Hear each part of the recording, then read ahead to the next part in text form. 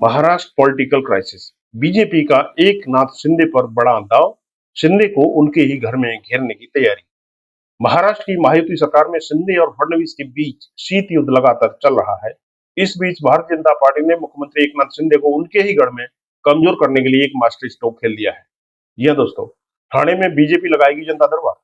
BJP नेता और राज्य सरकार में मंत्री गणेश नाइक ठाणे में जनता दरबार लगाने जा रहे हैं। यह दरबार न सिर्फ जनता को सीधा संवाद स्थापित करेगा, बल्कि इसे शिंदे और बीजेपी के अंदरूनी राजनीतिक रस्साकसी को जोड़कर देखा जा रहा है। यही नहीं, बीजेपी विधायक संजय केलकर और एमएलसी निरंजन डावखरे ने भी आने वाले समय में हर हफ्ते में कम से कम 2 बार ठाणे में जनता दरबार लगाने का ऐलान किया है। इसके साथ ही बीजेपी विधायक आपके द्वार अभियान के तहत आम लोगों से संवाद करेगी। शिंदे गुट भी देगा बीजेपी को तगड़ा पलटवार।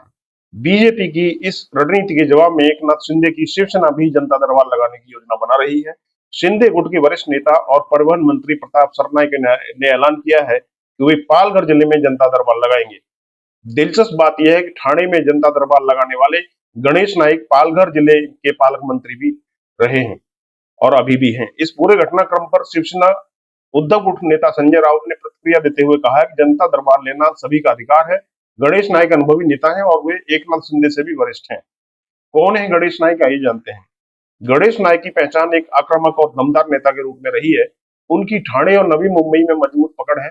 1995 में जब महाराष्ट्र में शिवसेना बीजेपी गठबंधन की सरकार बनी थी, तो बाला साहेब ठाकरे ने उन्हें वन और पर्यावरण मंत्री बनाया था। उस समय वे ठाणे पालक मंत्री भी थे, जब ठाणे और पालघर में एक ही जिला हुआ करता था। बाद में वे एनसीपी में शामिल हो गए और 2004 से 2014 तक वे ठाणे के पालक मंत्री की जिम्मेदारी संभालते रहे।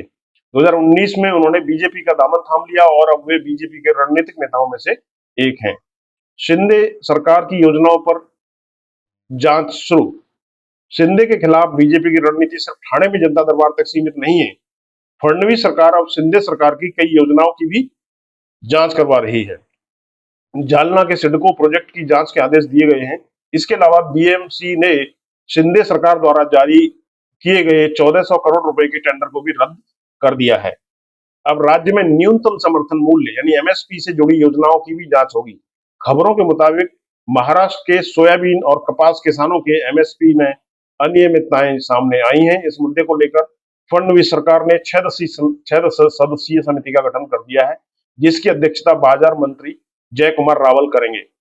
संजय राउत का तंज। संजय राउत ने इस पर प्रतिक्रिया देते हुए कहा कि अगर फडणवीस सरकार ने एमएसपी पर शिंदे सरकार की बनाई हुई समिति को बंद कर दिया है तो जरूर कुछ गड़बड़ हो रही होगी, नहीं तो वे पुरानी समिति को खत्म नहीं करते।